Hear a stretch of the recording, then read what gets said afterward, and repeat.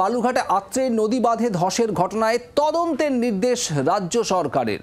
শুরু হয়েছে রক্ষণাবেক্ষণের কাজ। রবিবার রাতে ভাঙনের ফলে নবনির্মিত বাঁধের একাংশের সিঁড়ি এবং পাড় ধসে যায়। প্রবীর চক্রবর্তী আমাদের প্রতিনিধি রয়েছেন আমাদের সঙ্গে টেলিফোন লাইনে। প্রবীর, কি জানতে পারছো এখনো পর্যন্ত, কি পরিস্থিতি এখন সেখানে? দেখো, বালুরঘাটের যে আত্রি নদীর উপরে যে চেক ড্যাম এবং সেটা ভেঙে পড়ে যাওয়া একাংশে, সেই নিয়ে ইতিমধ্যে ওই অঞ্চলের রাজনৈতিক চর্চা শুরু হয়েছে এবং এই অবস্থায় দাঁড়িয়ে রাজ্য সরকার তদন্ত নির্দেশ দিয়েছে, সেচ দপ্তর তদন্তের নির্দেশ দিয়েছে এবং 3 দিনের মধ্যে সেই রিপোর্ট জমা পড়বে। এবং ইতিমধ্যে প্রাথমিক একটা রিপোর্ট যেটা জমা পড়েছে, সেখানে দেখা যাচ্ছে যে নদীর গতিপথ পরিবর্তন হওয়ার ফলে এই সমস্যা তৈরি হয়েছে এবং ইতিমধ্যে রাজ্য সরকার সেচ দপ্তর সেটা মেরামতের কাজ শুরু করেছে তৎপরতার সাথে, যাতে আর কোথাও কোনো সমস্যা না হয় যেটা দেখতে বলা হয়েছে দপ্তরের তরফ থেকে।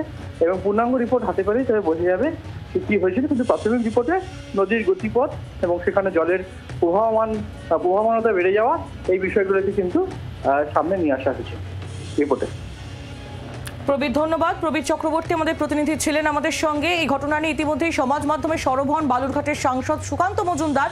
2024-এর 11ই জানুয়ারি এই নদী বাঁধের উদ্বোধন হয়। প্রায় 32 কোটি টাকা ব্যয় তৈরি হয় এই বাঁধ। আর সেই নবনির্মিত নদী বাঁধই আচমকা ধসে পড়ে রবিবার। সেই ঘটনাতেই এবার তদন্তের নির্দেশ দিল রাজ্য সরকার। বাংলার আওয়াজ, বাঙালির আবেগ, জি 24 ঘন্টা।